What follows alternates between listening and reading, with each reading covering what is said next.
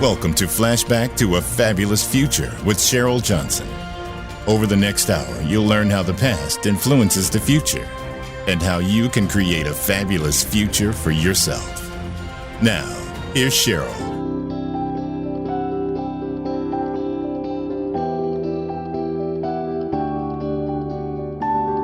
Welcome to Flashback to a Fabulous Future.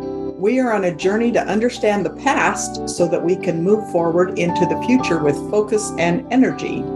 We are very honored today to have our guest, Jonathan Holtz. He is one of the founders of the Legion Mastermind, and I'll let him get into that a little bit later. And he can tell you a little bit more about himself and his history, what he's done. And today we're going to talk about conscious leadership. There are lots of leadership models out there in the world. And we're going to talk today why we believe that this topic or this particular model of leadership is so important, especially with all of the new technologies moving onto the market these days. So welcome, Jonathan. Tell us a little bit about yourself. All right. What's up, Cheryl? I'm really glad to be here talking about one of my favorite subjects, because I believe it's so important at this, new wave that we're seeing happen on the planet, through technology and everything like that. So a little bit about myself. I'm just you could call me a little bit of a serial entrepreneur, a builder, visionary. Sometimes I like to call myself a digital frontiersman. So in essence, I love the internet. I love tech. I love all that, but simultaneously, which that's more of a analytical type of way of seeing things, is consciousness. So if we go back in history and we take a look at the greatest minds, the people that really changed society to a very high degree, if we go back to Hermes Trismegistus, if we look at Galileo, Leonardo da Vinci, Benjamin Franklin, and the list goes on, Alexander the Great, the great philosophers, I like to call it SPA. Socrates, Plato, Aristotle. And Aristotle, who did Aristotle teach? Alexander the Great. And all these individuals understood a modality of the inner development of self. Like it was one of the most important things ever. And in essence, that's kind of what, consciousness is. So as the way that you're able to become more conscious and you're more aware of self and yourself, it literally has a ripple effect out into society. This is where I was telling you a little bit about how we can look at David Hawkins' work. Dr. David Hawkins passed away in 2012, but he left us some great gifts.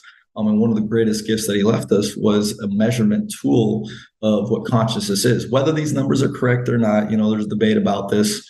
Supposedly they're scientifically proven and such. But with that being said, he mapped out what all the great ancients actually have been speaking about for thousands of years, for millennia, throughout the ages, different cultures, different modalities.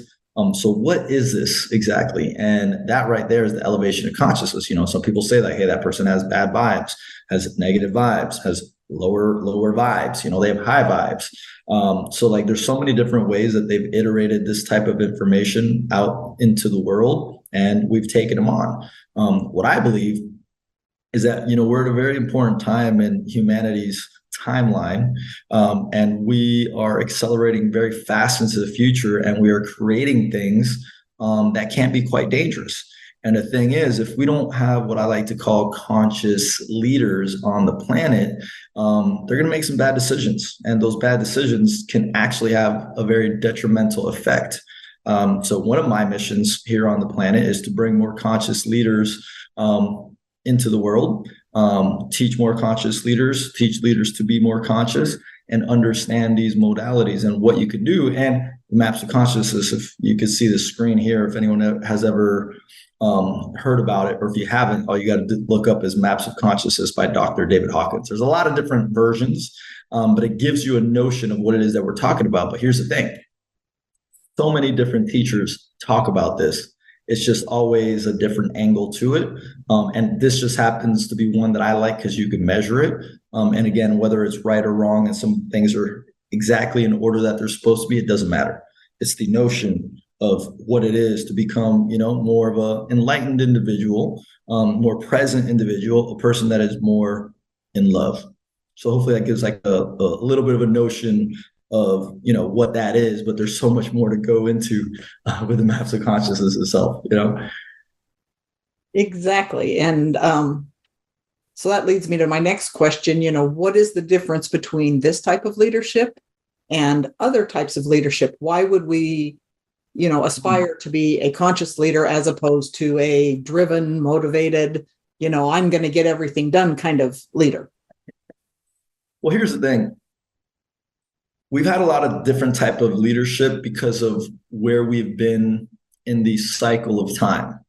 And we needed that very, let's just call it hardcore, tyrannical, get shit done type of way. And that was necessary at the time, right? And sometimes you need to be a little bit, if you want to call it tyrannical, in order to get things done, or you have to be a little bit more, let's just say, creating some deep impact in ways that might not be seen as good for society as other modalities, and being the nice guy, right? Sometimes they call it the leader doesn't always have to be the nice guy.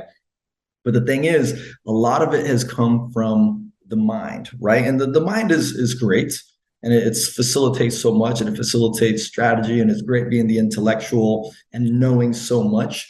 But if we go back in history and we take a look at some of the different societies, some of the different countries, some of the different religions, we're going to see a cycle.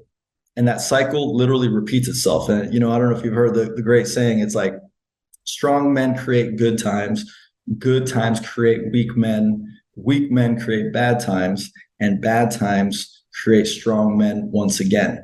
So if we go back in history, we're going to take a look at some of these societies that did so well. Okay, the Greeks, the Romans, the Persians, the Egyptians, and we're going to see something very similar. Is that once they start reaching these very elite levels, where there's much more wealth, there's more power, more intellectual prowess, a lot of times they get taken over by barbarians and by people that you would not consider so intellectual. But what are these barbarians and these hoodlums and whatever it might be that you want to call them? Genghis Khan. Right, these are all names, right? You know this very well. These are all names. They had heart, right? So they were getting themselves out of the head and more heart. And they were tapping into something special. If we go into the maps of consciousness, once you get up to 500, you get into love, and I'm not going to say that these barbarians were at the level 500 or whatever it was, but they were tapping into something very special. And what ends up happening is that, as we try to become too intellectual and too strategic and trying to take advantage of people and everything like that, it brings me back to one of David Hawkins' books, which is Power versus Force. And Power versus Force depicts the difference between having power and doing something by force. And, an easy way to put it, and the way I like to put it, is that with force, you need outside energy. So with force, there's a winner and there's a loser, right? Forcing the door, forcing against the door. So I'm pushing really hard and the other side is trying to push in. Okay, if I'm just with power, I just basically throw the door down, or I knock the door down with just pure power. Power comes from within.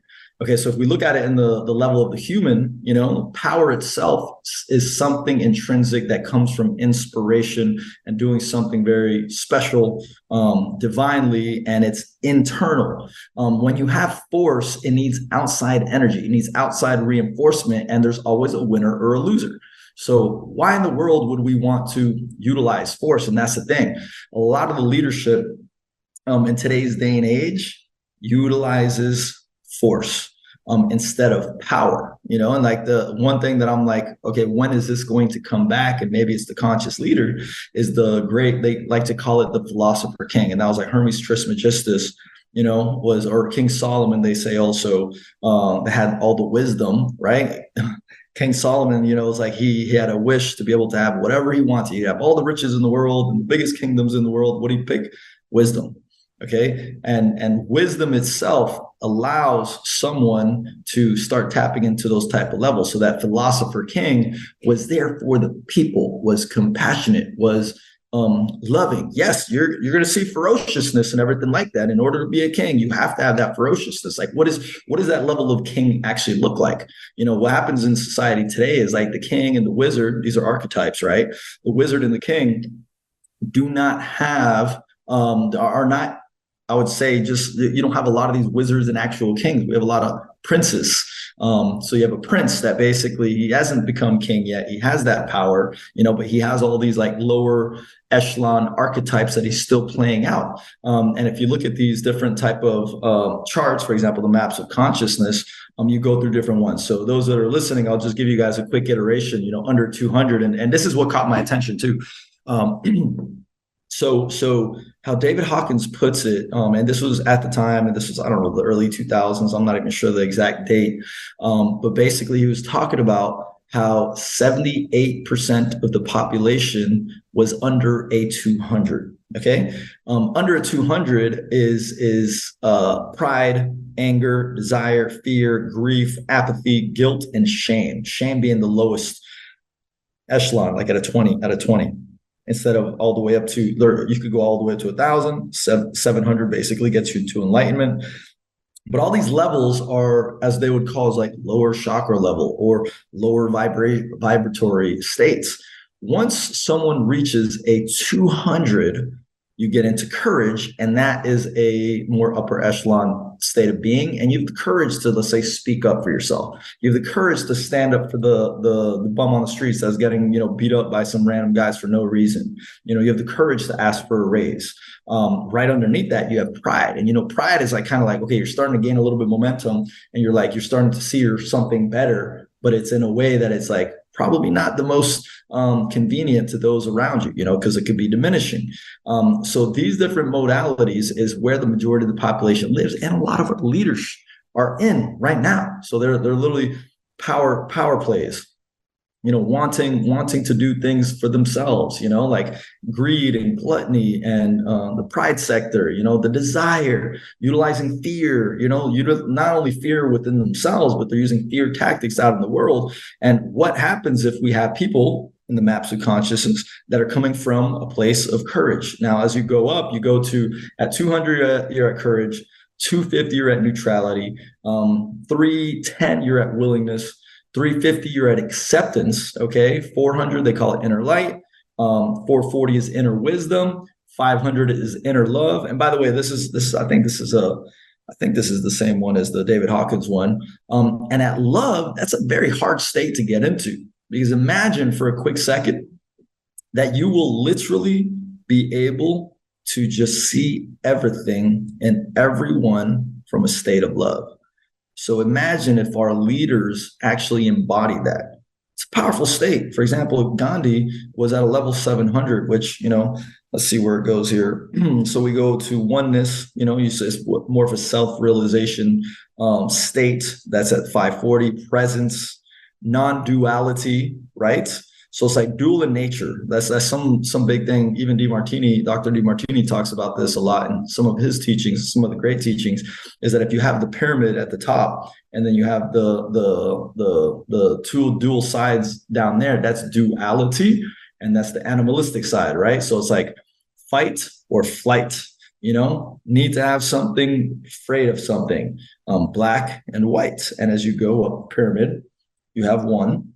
That's why you see it in the dollar bill. This is why you see it in all these like sacred teachings. They talk about this, right? And so at the very top, some people call it source, some people call it the angelic state, where there is non-duality and there is nothing wrong. There's like, at the bottom you have support, you have challenge.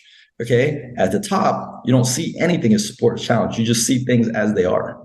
And that is a very powerful state to be in. And the great masters of society have looked, and they've trained, and they've read as many books as possible, learn from as many senseis as possible, from their great gurus and everything like that, in order to get to that state, which a lot of people like to call enlightenment.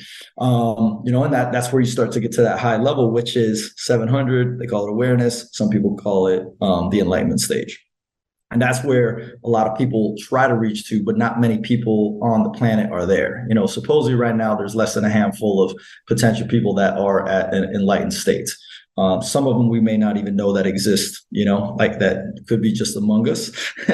But those that we think that we know exist and stuff like that, there's less than a handful on the planet. And these individuals have a ripple effect out into society. It's like you could just tell, like, Cheryl, you ever heard of like I forgot when it was, like when Bill Clinton and whether people like Bill Clinton or not, regardless of what he did, when he walked into a room, it's like people didn't even know that he was walking in the room, and it was like an explosion. Like the presence was just there. You ever have someone come into your space like that, Cheryl?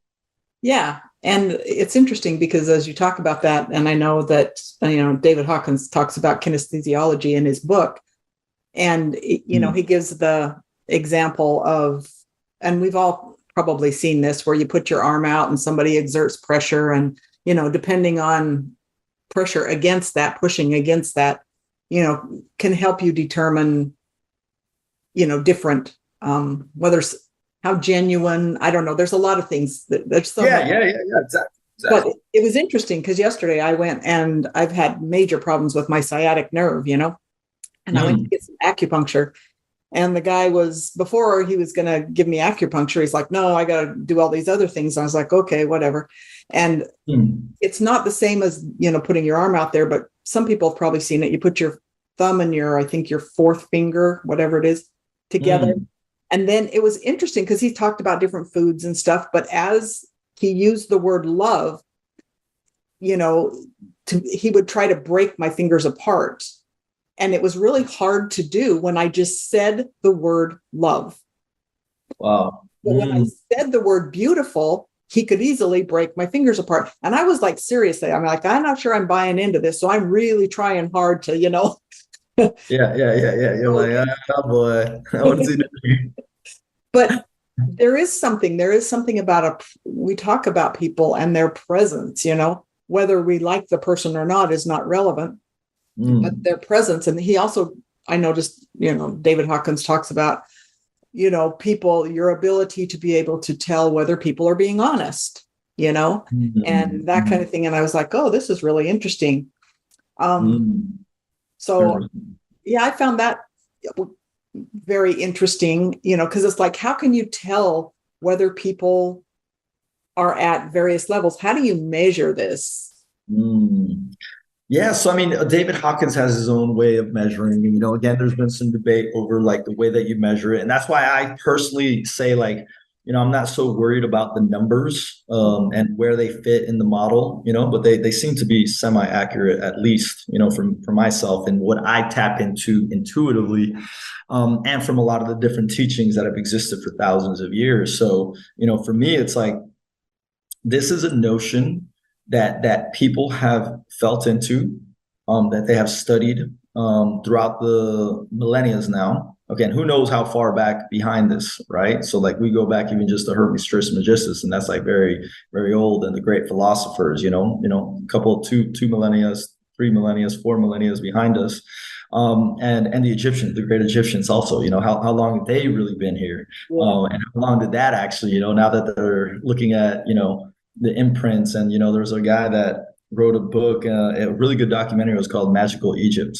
And I'm trying to think of his name, but he basically did Magical Egypt, and he was just talking about, very much about the mystery schools, which is a very similar thing. And they had some of these modalities where they knew that an individual was here for I like to call it, this is what I like to call it, inner evolution, which is helping yourself become more conscious and more present. And one of my favorite depictions from the Egyptian mystery schools and the Egyptians was, in order to get into the afterworld, at the end of your life, you had to have that your heart weighed as much or less than a feather. Whoa. So what is that? Yeah. And it's one of my favorite depictions of what they created. And it's like, what does that mean, right? So what does it mean to have your heart weigh less than a feather? And that's a great question to ask, because, a heavy heart, you've heard that saying before, a heavy heart cannot love, right? A heavy heart cannot show gratitude. A heavy heart sometimes is heavy-hearted on others. And for that reason in itself, you see that, as you go up these levels, you start to see like just an evolutionary spirit of getting to a place of love, and like it starts right there. Like it starts with the courage. Then it's like being neutral. What is neutral being? It's like, okay, I'm willing to listen to both sides and I can actually be neutral about it, right? How can I actually listen to something, whether I'm listening to Donald Trump, listen to Biden, I'm listening to Hitler or Malcolm X? How can I literally, and that sounds crazy sometimes because people are like, oh, how dare you talk about Hitler like that? And how dare you, Malcolm X or, Martin Luther King or something like that. It's like, there's always going to be the other side. There's people that loved Hitler. Okay. There's actually a huge documentary. It was called The Greatest Story Never Told. There's a lot of people that really believed in all the stuff that he was doing. As crazy as it sounds, there's the other side. It always exists. So it's like, how do you even get to that point? Okay. So on top of it is willingness. Okay. So if you're willing to listen, you're willing to see and not just be distracted by your own emotions. Okay. If you're in anger, if you're in fear, if you're in desire, you don't want to listen to the other side. But a proper businessman or woman, if they go into a business deal, they have to look in a very neutral fashion at the facts and the different sides. If they come in with a very emotional appeal of how they're doing, they might miss something. Okay, so that translates into everything. In relationships, exact same thing. Someone does something what you perceive as really bad, you start off by asking questions instead of automatically assuming that they did the worst case scenario. It's like, wait a second, okay, let me find out what's going on here before I jump to crazy conclusions. Because we know many people that just jump to conclusions and then they realize like, oh, okay, oops, maybe I was wrong about this. Or they find out like, oh, that wasn't the case at all. And here I am getting hella angry. Yeah. Right? It's interesting. Yeah, because like Aristotle said, we need to focus on empathy, which I think is what you're talking about, because the core of understanding each other and the core of what it means to be human. So to me, empathy is, and Huge. I don't, yeah, it's everything. And, this term is thrown around a lot in our world today about empaths, I think I'm somewhat of an empath. I tend to walk into a room and take on a lot of the mood and the, energies. The energy in the room. And that can be a good or a bad thing. And I can generally sense when people are being dishonest or genuine or, the other way. But even though I have that natural ability to do that, it hasn't always worked for me. I've had to learn how to make it work for me, exactly like you said, because Hitler is somebody that fascinates me. I don't agree with what he did. I don't approve of what he did. But what made you do what you did? Why? I just want to understand. And how did he have so much impact? Like what did he do that had so much impact and have people, love him? And was he always like that? That's a big question too. Was he always like that? Was that his mission? Was he literally going down that road the whole entire time? Did something switch? Like we don't know, but if you come in from a neutral place, you can explore. And the problem is a lot of people, they don't have that neutrality to find out what potentially really happened. And as I said, like you start going up these different levels, let's say you get to acceptance, that this is where a lot of people like start losing their shit. But the greatest minds of history, the people that have changed history, they can tap into these levels. Okay. And they tap into these type of things. For example, acceptance. How can we accept, something like as crazy as what happened to Hitler? Because, DeMartini talks about this a lot. And this is a great thing that Aristotle also spoke on, was basically if everything, and this is just like physics and energy, anything with a negative energy always has the positive side on the other end. And energy neither can be destroyed or just displaced. It always just transfers over to something else. So if we believe that everything is in perfection in the grand universal scheme of things, how can let's just say, how in the world could, let's say, the Holocaust, or let's say the Oklahoma City bombing, or let's say 9/11, how in the world could we ever say that this was something that basically brought the positive side. How is that even possible? Okay, I'll give a great example myself. And there always is. This is the crazy part. There always is a positive side to it. So New York City, okay, when all that happened, we had never seen our country come together in such a fashion like we did when that happened.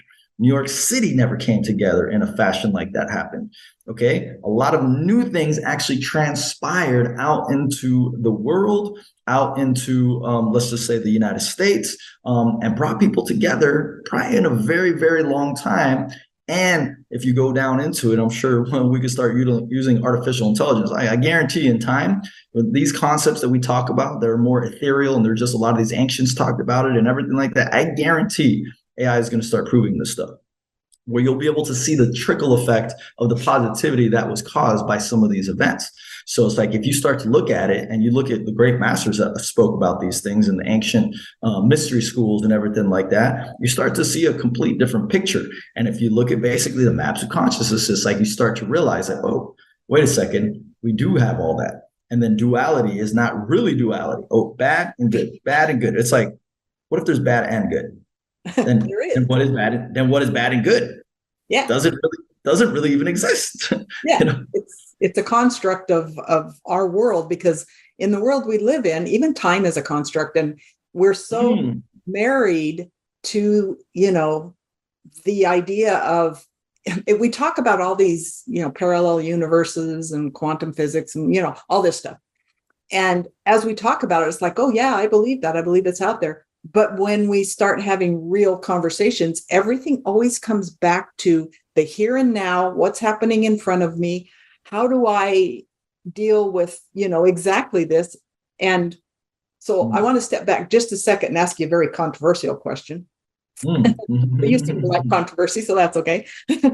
I'm all about that. Oh, yeah, exactly. So let's go to Donald Trump once again. Love him or hate him, I don't care. That's not important.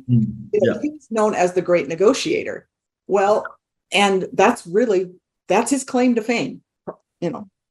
Master negotiator, right? Master negotiator. Yeah. And people would get so upset when he would say, "Oh, we got these love letters from Kim Jong-un. I can't say his name. Sorry, from North Korea." Yeah. Sorry, not good with that. But and people would be like, "Oh, you can't talk nice about him. You can't be having love letters with him or whatever." What are your thoughts on something like that and his particular claim to fame, I guess? I mean, that's actually, he's a great one to call out, because he causes mass polarization. Yes. A lot of times when people are just themselves and they're so sovereign, they will polarize people. That's just the reality. Like, if you're so sovereign, you're on mission, and you just are exactly who the fuck you are to such a high degree, you are going to either turn people off, or people are gonna be in love with you. And it doesn't have to be obviously to the extent of like how Donald Trump is and everything like that. But what you do is you get into that mode. So for me, Donald Trump is just a very sovereign individual that just acts exactly how he is. And what he was doing with, Kim Jong-un and whatever the love letters were and everything like that, to me, it's like he's set forward to basically get closer to potential peace negotiations. Now, why do a lot of people hate Trump?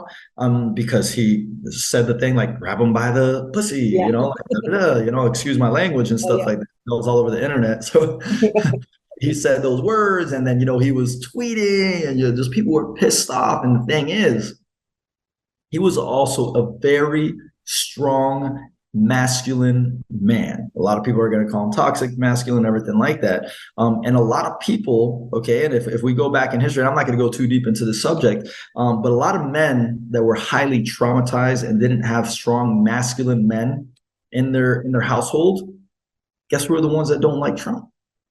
A lot of those men, at least men, okay, and then women also that didn't have that strong masculine father, husband, and stuff like that. So if we actually go and do the research, and I'm telling you right now, I myself 100%, as I get further down the line, I'm going to be using some artificial intelligence to prove these concepts. Okay, because like now it's like people are basing stuff off emotion and stuff. Okay, when we go and chat with ChatGPT, other than some of the rules that they put in there, it's a non-biased. It's non-biased. It doesn't care. It's like, hey, this is what it is. Other than the rules that they are putting in, which is one of the reasons why I believe conscious leadership is so freaking important, because a conscious leader is going to make sure that there's an unbiased approach to looking at information and giving us what's needed, instead of being like, oh, this is wrong, oh, you can't put this out into the world. So Trump himself was an individual, extremely sovereign. A lot of people don't like him because he was exactly what it is, showing him a strong masculine man. And here's the thing, like him or not, the guy got a lot of things done. Now, people may say that, like Biden is doing his thing and, whatever it might be. But it is very important to understand that the sovereignty factor is one of the biggest things of raising consciousness, because the more that you could be yourself, we all are a unique thumbprint in the grand scheme of everything that is happening. And we are masters in specific fields. And the more that we could tap into that genius that we are, the more we have impact on the planet. And the more we start to realize that we're not here for our ego. We're not here to just go chase material things, go chase having sex, go chase the ego lifting and pride things that we want and everything like that. We're actually here for something much bigger. And the more enlightened we can become, without saying that enlightenment is somewhere to reach, it's like, just keep on going. In my opinion, you just keep on going, because there's a vast universe all around us to say like, oh, I'm enlightened. And it's like, I'm still here on the planet, but it's like, what else is out there, right?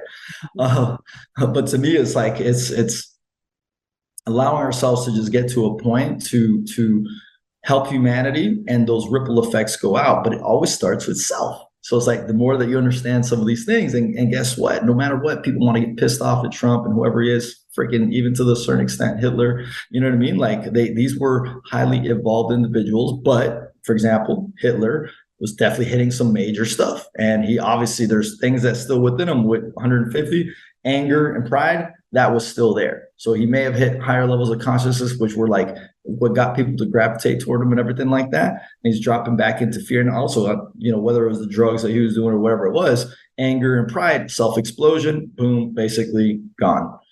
So let me ask you another, because you brought up another controversial topic, and I love controversial topics. These are my favorite. I'll go with these all day long. Well, you bring up toxic masculinity. And I look at you as a masculine person, but I don't look at you as toxic, And so when we look at this consciousness chart, where do you see toxic masculinity as opposed to a strong masculine person who is going to make a positive impact and be a good influence on the world? That's an amazing question, by the way. Amazing question, because the problem is that in today's society, toxic masculinity and true masculinity have been literally skewed, and they're trying to intertwine them. And if you go back in history, one of the most important things in order to take over a country, in order to take on a city, in order to take on the enemy, one of the most important parts is that you have to take out the leadership. Okay? And in taking out the leadership, who are the leaders? These are probably the most masculine, strong men of society. Okay, so it is literally vital to take them out. That is part of war strategy. Okay, war strategy, you have to take out basically the general, you want to take out the people that are in charge. And these are usually the ones that, not just from the intellectual strategic point of being it, they're the strong masculine ones. So the problem is in today's society, they're trying to intertwine toxic masculinity, like a strong man that is very clear in his direction, is going to put, a man in his place and a woman in his place. And it's like, this actually is one of the most important things. And actually, one of the best things that I heard that makes perfect sense is let's go to war. Okay, let's go to war, and let's have war on the streets, blood on the streets, and you will literally see how quickly, how fast we go into what some people like to call as right order, masculine, feminine. Soon as that happens, you will see how the women are going to go to support the men. Okay, nurses, things like that. And they're going to be in the houses, like protecting the children and stuff. And who are going to be out in the streets in the war and like going to find food and supplies and out in the war territory? It's going to be the men. Yes. Okay. So very quickly, when we go into a situation like that, you're going to see how fast we go into that type of thing. And you're not going to call the man toxic masculine at that point in time. You're going to look at him like, holy shit, this is my protection. If not, me and my children, a woman, coming from a woman's perspective, we could die. Yeah. We need protection. And it's like, hey, I'm going to try to feed the children. I'm going to make the clothes for the man. And there's a support system and it works in unison. So it's a natural order. And they're trying to take us out of that natural order. And a lot of people that, like a lot of the things there are some mental instabilities because of the world that we're living in today, whether it's done by design, which 100% could be happening right now through technology and, different politics that are coming into place, or whether it's just done by basically us going too far in tech and, scrolling on our phones and stuff on social media, and reading, digesting news and stuff like that. It doesn't really matter. It's just, it's not the right order of what happens when the natural order takes place. And that's one of the greatest ways to see it is through that, right? So toxic masculinity is something that they're kind of doing it. So, going a little bit back to your question, can a man be toxic? Of course they can. And this is a great depiction where you see a man that is in those lower vibratory states. Okay, so if he's in fear and he's in pride and he's in anger and he's grief and he's in shame, he is not going to be the greatest person to be around. But as you go up, and I like to call it going into kingdomship, and a man is assertive. He's on point. He's not going to take shit from someone. They're trying to skew that, which is a powerful state to be in, okay, that brings right order into a society. They try to skew that with the other ones. And that is where there has to be a distinguishing between those two different sides, which society is trying to push as, these guys that are being strong and doing the right things as toxic masculinity, when in reality, that's exactly what is probably the most flourishing, brings the greatest families, brings the greatest dynamics, brings right order into a family that keeps a family together. And that's a little bit of like what society has been doing as of late. I agree. Thank you. I'm a child of the 70s, I guess. And that's when all of these women's movements, came into play. And even from that moment, at that early age and all this was new onto the scene and everything. I was like, this just doesn't feel right. My father was a great man and he was a great provider, but yet he was still very compassionate. And he, my brothers played sports and everything. And my favorite thing to do was tag along with my dad and go to all my brothers' games because I got to spend time with my dad and we got our one-on-one time. And we'd have these meaningful conversations, and probably one of the most influential people in my life was my dad. Wow. And I didn't see him as toxic masculinity. He was our provider, and he took care of us and he made sure, that we were safe. But I didn't see it that way. So I've always struggled through all the years from the 70s on to go, I'm missing something here. What's going on here? This doesn't make sense. Yeah. Well, and unfortunately, I did get into a situation when I got married, and it was an abusive situation. And then I was like, oh, okay, this is what toxic masculinity is. This is not what a good husband and provider and person does, And thank goodness we got out of that situation. And now I'm with a man who is like my dad. He's I really appreciate that. And now there's contrast, and let's bring up a little bit more of a controversial subject, So what is, as I was bringing up before, that there's always a trickle down effect. What is the positive that actually came out from this man being in that manner? It's like, is that obviously if this is something, if you only want to even go into, because I know that could be a touchy subject and such, but there has to be some type of benefit, whether you do know it or you don't. There's benefit that comes from that. Just like myself, one of the big things that happened to me when I was younger, when I was 22 years old, I went to prison for selling marijuana. Okay. And like, I could look at it and be like, holy smokes, this is the worst thing ever happened to me. I could literally had it take me down in every single way. And I use it as a positive. Now I look back and I'm freaking grateful as hell that happened. I would never even change it. So it's like, I found ways to find, holy smokes, the positive side out of it, and it's created I'm very proud of myself and who I am and everything that I've done and what I've been able to accomplish through the struggles. And there's positivity. So can you see any positive that you saw trickle down later down the road, or maybe even simultaneously that something was happening? Definitely. I always kind of joke, when when we're young, I looked to my first husband as somebody who I perceived as masculine, as somebody, but in my naivety, can't say that word either. I was like, oh, I was starstruck. I was like, oh, this is what love is all about. Right. And then we got married, and I was like, when all hell broke loose and life didn't go according to plan, I was like, no, I'm going to do something different this time. I'm consciously going to make an effort to look for these types of characteristics in somebody else. I wasn't jaded, like I'm never getting married again. I don't want anything to do with that. I was like, no, I made a choice, and it was not a good choice. And it was made out of pure innocence, for lack of a better word. And now I'm a little more mature. Certainly, I wish I don't know.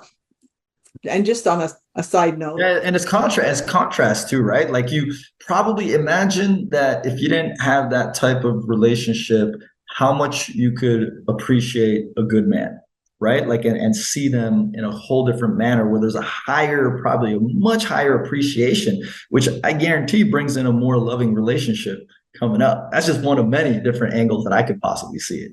Well, and you said it better than I can. And to me, one of his most endearing attributes is, I had 4 kids. When we got married, he had no kids. For various reasons, was unable to have children getting into the relationship. But he took on 4 children. Wow. And he fathered them as if they were his own. Wow. And that, to me, is an example of masculinity. Wow. Yeah. Big time. 100%. Yeah. Quite an endeavor to take on, right? Yes. And to forfeit having his own, biological children. So that was a big deal. And that's what I think you're right. They're out of unfortunate situations. We can always see the good.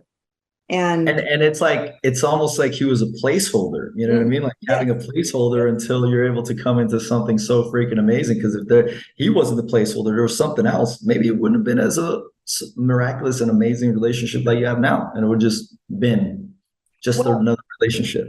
And you said it exactly. You're touching on all these very interesting things, because I've often said, if I would have married my second husband when I was 20, I wouldn't have appreciated him and who he was. Right. Yeah. Imagine. Yeah. Contrast is like crazy. Contrast is so important. I've been talking a lot about contrast as of late. And it's like, without contrast, like if you never were in the dark, when you see light, you wouldn't see light and appreciate it to a high degree. If you just saw light all your life, it's like, what's the big deal? But if you're in the dark and you see light, it's like, oh, this is beautiful, right? Yeah. Exactly. So, as we're getting kind of to a close here, I do want to talk about the Legion Mastermind that you and some others have founded, and exactly this conscious leadership plays into that, and what Legion is doing and all the great things they're doing to promote this kind of leadership in the world. Yeah, I mean, the reason, that Legion was forged out of, something that I've just had within me for a very long time, and the funny part about it is, like, I didn't really know what it was, and it just came to me, like over a decade ago, I don't know now, maybe even 13, 14 years ago, maybe even longer than that, where I said that, like, for some reason, I knew that my mission on this planet was to bridge the gap between technology and mankind's wisdom. Okay. And wisdom has a lot to do with conscious leadership. So for me, it's like a lot of my companies, just had that in mind. And now you're seeing it come to fruition even more. So it was definitely like a message from the gods, if you want to call it. And, when we started Legion, it was more of like, we were just going to have a watch line and everything like that. And slowly but surely, the vision that I was putting in this other company, it was called the Digital Man. And the cool thing about Digital Man was like, it was a great business model and everything, but it was also digital man. I tried to make it seem like mankind, but women were like, I don't know how I take on to that. So like we kind of like transmuted that into like Legion, where the big part about it, and the way I like to explain what Legion is, if anyone is wondering, is like that we're gathering 333 visionaries and change makers that want to create impact on the planet through technology. And the values that we have is about, being conscious, okay, being aware, doing something great for humanity. And one of the most important things I believe in, there's conscious leadership. So there's a lot of leaders in our group and everything like that. And we want to bring people that want to create a better humanity, that are not here for the pride, the anger, the desire, the fear and grief. And here's the thing, there's nothing wrong with that, because we're all at that level. That's what people don't understand. Like and that's where you start to see compassion, like you were talking about, and you see willingness, neutrality, acceptance. As you get the higher echelons, you don't see those things. So like just by judging someone that is in fear, their desires and pride, that within itself is a lower vibration by itself. So it's like, if you start to become more compassionate, then you learn, wow, this person had a really rough life. They weren't raised in the right situations. They were getting beat up as children. They were sexually abused. They were this. And it's like, these people, what they need is not to be, smacked down upon and frowned upon and, judged upon. It's more like these people need to learn that there's a better way. And if we can teach these people and show them the way of how you could become more conscious, get up to courage, get up to willingness. What if that was actually something that could happen? Holy smokes, a different world that we will live in. Imagine a lot of these people can actually learn these different modalities. And the thing is, there's so many people doing this out in the world. There's like Harry Palmer from Avatar, Dr. DeMartini from the DeMartini Institute, Landmark Education, Gratitude, Tony Robbins stuff, like it's all over the place. But to me, it all comes down to one thing, and it's inner evolution. And that inner evolution is the very important pinnacle to help us get to better places. So we placed upon, what we created there, upon the notion that we want to do something greater for humanity in this new day and age where technology is moving far too fast, especially now with artificial intelligence. We started this before ChatGPT came out. We were already talking about the mass acceleration of technology and how things were going to move exponential. Because I've been paying attention. I've been talking about revolution for over a decade now. Like I've known that this point in time was going to come.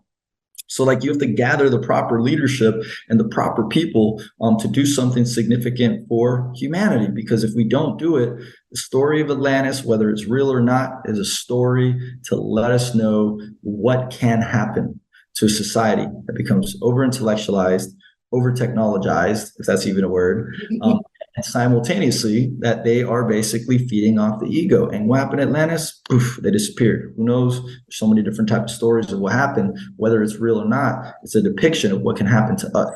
And if we do not get conscious leaders into power positions of society, building out these technologies in the right way, caring about humanity, we can enter into a dark state. But I believe that if we do this together, we bring people together, whether Legion and all the other endeavors that we do, we can have a better society, and we can be thriving, and we can be super creative, and we can learn so much more and live in a world that is very beautiful. And I think that's possible. I do too. And I think that's definitely what attracted me to Legion. And yes, I'm one of the 333, but I don't think we're. Yeah, she's one of them. Yes, indeed. I'm a legionnaires, however you say it. Legionnaires, yes, legionnaires, yes. The women of Legion and the legionnaires. But I think there's something really important here because, due to my past and some other circumstances, there's a part of me that operates in these lower echelons. Yeah. I haven't been able to, completely rise above that. But there's a part of me that operates, in some of these higher echelons for various reasons. And I think it's important that people understand that I don't think it's a one, it's like, oh, I'm a 310 Like, well, in Yeah, this, exactly. You're right, 100%. You'll tap into these different fields, like even myself. You don't think I get angry and have desire and like have some pride and stuff like that. So it's like learning about these things and the trauma from the past and these things that were taught to us in society, our parents, our friends, television, the news, everything that has helped shave and carve us into something specific. Once you start learning, that everything is kind of like love, and you start learning these modalities to a very high degree, whether it is through Dr. David Hawkins, some of the great philosophers' teachings, Dr. DeMartini. There's a great one also called Self-Discovery with Rob James. He's one of the teachers right now that is teaching people how to get to 500 and 600, and he's one of the only people on the planet that is training people to get above a 600. And from what David Hawkins was talking about was that if there is about 33 to 30, I don't know the exact number, but it's between 33 and 36 people on the planet that are 600, it shifts the world into right order. And whether that's true or not, another one of those things where if you see the people that had high levels of consciousness were highly evolved, let's say Gandhi, they affected a lot of people. Like look at Gandhi. Gandhi definitely affected, if not a billion people, hundreds of millions of people. You know what I mean? Like he literally had that effect on humanity. And some of these people that were highly evolved, okay, that lived from compassion, love states, they're very neutral about things. Go ask the Dalai Lama and stuff like that. Some of these questions about, what's happening. And I forgot what it was. Like, oh, what do you think about the tsunamis that killed all these people? And he's like, he'll talk about the benefit and he'll say karma. And you're like, what the hell's wrong with this guy? You know what I mean? Like the guy is a highly evolved individual. There's highly evolved people that they look at the world completely different, but those people are not running our countries. They're not running the world. They're not running these technologies. And that's why it's quite dangerous. But, I think it's also like because a lot of these conscious individuals weren't bringing in some of that strong masculine force. So, some of the teachings that are happening now that I think are going to evolve into the future is having that strong masculine force. This is women and men. This is not just men I'm talking about here, with the conscious, like almost like I almost like to call it like a Shaolin monk, right? He's a warrior, but he's also present, Buddhist, Zen, just like the great saying that they say, it's like, I would rather be a warrior in a garden than be a gardener in a war.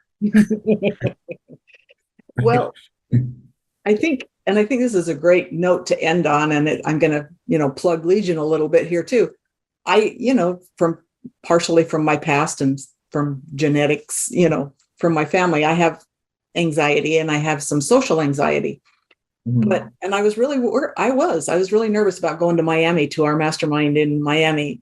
And I was like, I don't know. I can't, walk into a room full of people I don't know. I'm going to feel really uncomfortable. This is going to be, it's a lot of money for me to go down there. I mean, you can hear my self-talk going on here, right? All this negative stuff. And I'm not kidding you. When I walked into the room and there was all these people around, there was that energy. And it's the energy of people who are operating, for the most part, not always, but on these higher levels of consciousness. And that's contagious.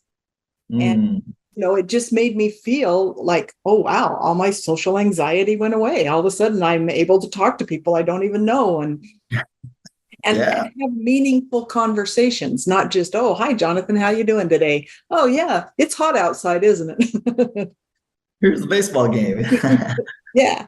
And so I think that, by having this conscious leadership, and like you said, if we can just start perpetuating this and creating those environments, we're just naturally going to attract people, and these people are going to feel and want to be part of, not, of course, Legion, that would be nice, but just be a part of this conscious movement, for lack of.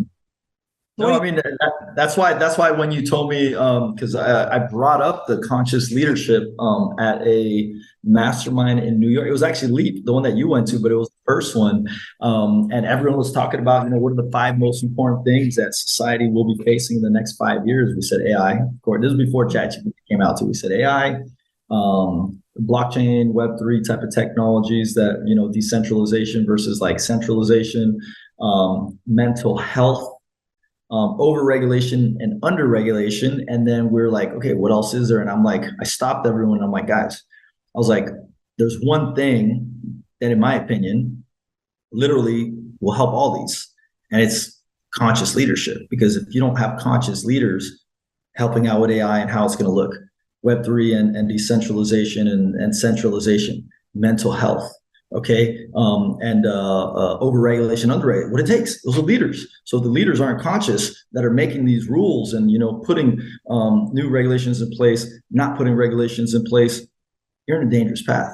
So for me, that's why I'm like very, very keen on bringing conscious leader to the planet and conscious leadership and the concept of it, so that people can start to take this on and that we can start taking proper roles in society to bring us into the proper future that we would all like to see. I think you said it very well. Thank you. So I really appreciate your time today. And I'm really excited to get this out there, because I think, just people listening to this, it's going to make a difference. So, no, for sure, 100%. And I appreciate you doing this, because once I figured out that you love history and everything like that, I was like, oh, you're gonna like this stuff here, and we're gonna just create some really amazing things for the world. And we're very happy that you're like in the Legion community, because you're an amazing individual with doing amazing things and bringing this history and being able to talk openly about some of these subjects that other people would just be very polarized about. Yes, thank you. So how would people reach you if you want them to reach you? Yeah. No, for sure. I mean, Instagram, for those that are doing Instagram, it's like Rain in the Making with periods in between. Anyone that just wants to reach out to me directly, it could be jonathan@digitalagebusiness.com. If you have any questions about whatsoever. Obviously there's Legion, so it's wearelegion.xyz. You can reach out to us on our social medias too, which is like wearelegion.xyz on Instagram and Twitter. And, and always maybe even up to Cheryl. You guys could hit up Cheryl and just ask questions or see how you could reach out to us and everything like that, but I'm very grateful for Cheryl to doing this podcast and what she's doing here, because, this is a great service to humanity just by having this. Appreciate that. Well, thank you for your time. And I look forward to our next mastermind in December. Yeah, I think October, November. Yeah. I got the date wrong. Oh, well. Somewhere around there. We'll see you in October. Yes, appreciate you. Thank you so much, Jonathan. Thank you.